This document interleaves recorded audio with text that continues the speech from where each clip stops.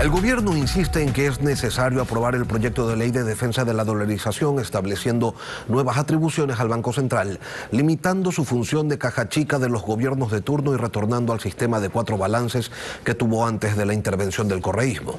En tiempos electorales se expone que la dolarización está en peligro y que hay que blindarla, poniendo lejos del Ejecutivo los recursos que se encuentran en el Banco Central.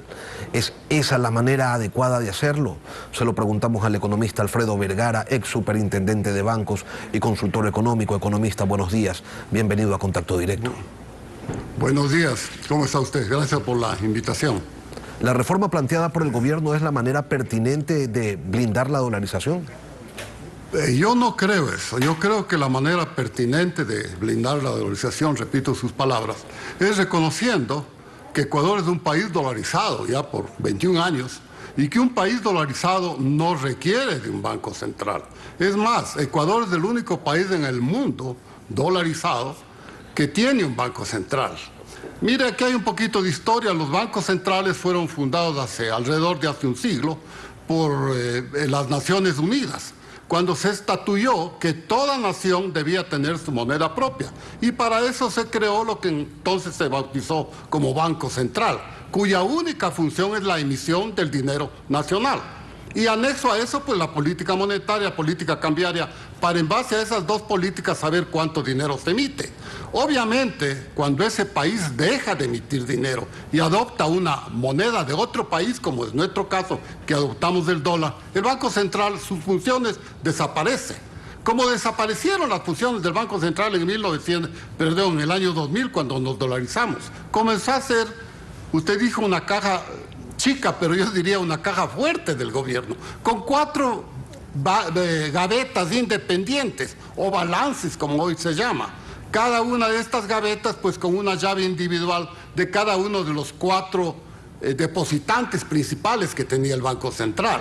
La banca privada, las entidades autónomas del gobierno, los GATS que se llaman, es decir, municipios y prefecturas, y el Banco Central, entre esos pues el Ministerio de Finanzas, cada uno con su gaveta dentro de esta gran caja fuerte que fue Banco Central. Y así funcionó durante los 8 primeros años.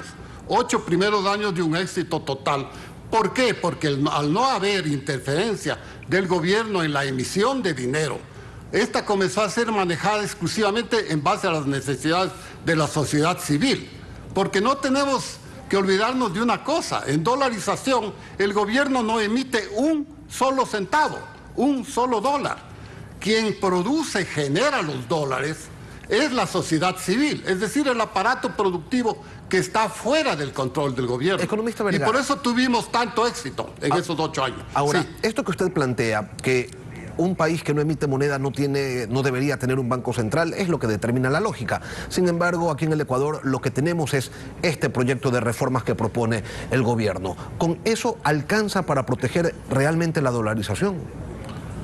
No alcanza, porque es una cuestión artificial. Repito, un banco central es algo artificial en un país dolarizado.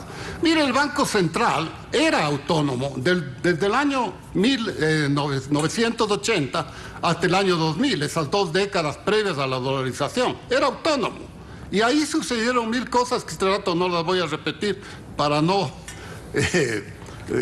herir la sensibilidad de algunos economistas bastante ortodoxos o también socialistas.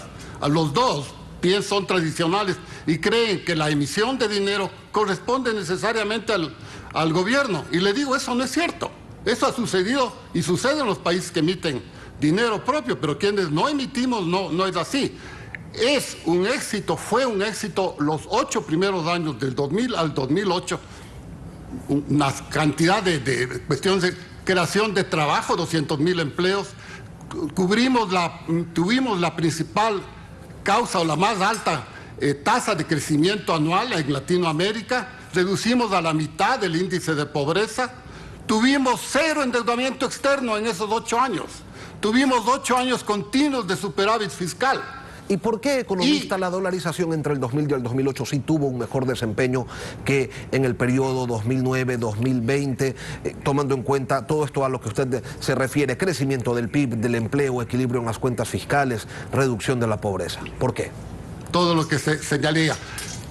Porque del 2000 al 2008, al 31 de diciembre del 2008, fue manejada el proceso de dolarización por la sociedad civil, con un solo objetivo: generar empleo y desarrollo económico, y también reducir la pobreza, que es lo que se consiguió. ¿Y qué pasó Pero después? en la Constitución de Montecristi se introdujo por orden de la Presidencia de la República, que era en realidad quien dominaba toda la Asamblea de Montecristi, el artículo 303, donde se puso todo lo que tiene que ver con el proceso de dolarización bajo las órdenes de una sola persona, el presidente de la República. Y en ese momento prácticamente se incautó todos los recursos, los 4 pilares incipientes en aquel entonces de la dolarización. Y ahora, comenzó a hacer un manejo del gobierno hasta el día de hoy. Economista, y eso ha sido un fracaso. La dolarización Sí. llegó al Ecuador como consecuencia del colapso bancario, y al estar dolarizado, entre otras cosas, lo que ya no puede suceder es que el Banco Central sea prestamista de última instancia de la banca privada.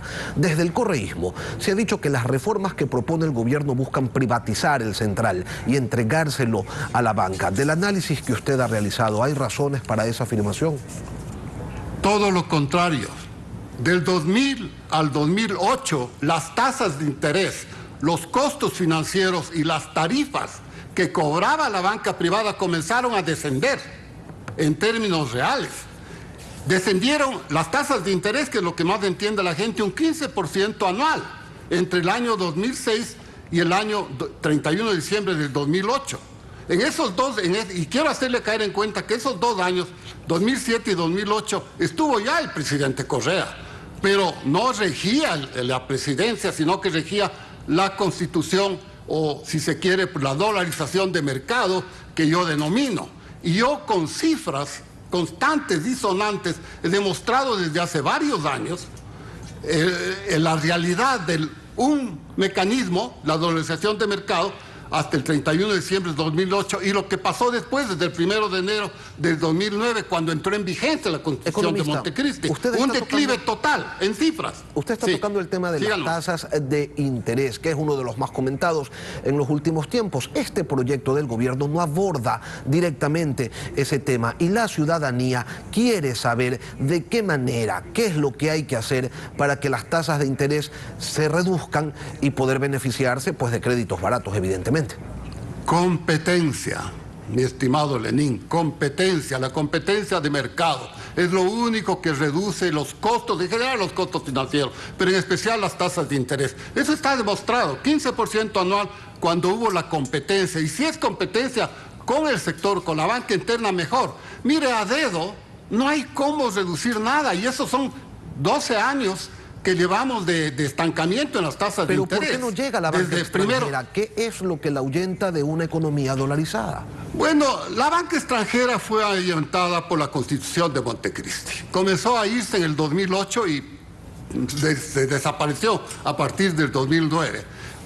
Sobre todo por la cuestión del impuesto a la salida de capitales, que comenzó a decirse en aquel entonces, pues, que se comenzaba paulatinamente, pero que ese impuesto iba a llegar al 10%. En el momento en que los 4 bancos extranjeros que teníamos acá y que funcionaban muy bien en competencia con la banca nacional, oyeron eso, comenzaron a salirse porque dijeron, un banco extranjero que recibe y emite dinero desde su casa matriz varias veces al año, si cada vez tenía que pagar, no le va a hacer 10%, le va a hacer 5%, economista, pero en este entonces ya ningún banco extranjero estaba acá. Es imposible mantener eso. Para concluir, cuando desde una tienda política se afirma que esos recursos que están en el central se pueden utilizar sin problemas porque es dinero del Estado, ¿dónde está el error? No es dinero del Estado, Lenín. El Estado, el único dinero que tiene es los impuestos, diferentes tipos de impuestos que cobran a la sociedad civil, y lo hacen en su legítimo derecho. Ese es el derecho pero ese es el único, es a través de impuestos, no a través de depósitos. El Banco Central no tiene un solo depósito que sea generado por el gobierno.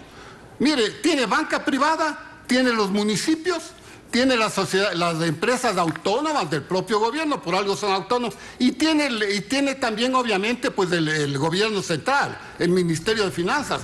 Pero es eso lo único que corresponde al gobierno si es que se llama que pertenece al gobierno, porque en general, pues, esos impuestos, eso es en base a un presupuesto, y un presupuesto tiene ya el gasto designado por ley. Si es que hay un gobierno que recoge o cambia por papeles de dudoso pago, está en realidad estafándonos a los 7.500.000 depositantes de la banca, padres y madres de familia y gente común, que somos los depositantes en el sector bancario. Alfredo. El gobierno no tiene absolutamente nada. Alfredo Vergara, Sí, Lenín. ex superintendente de bancos, gracias por acompañarnos esta mañana aquí en Contacto Directo. Gracias a ustedes. Gusto en verlo. Y así llegamos al final de Contacto Directo, Lenin. Nos vemos mañana. Que tengan todos un buen día. Hasta mañana.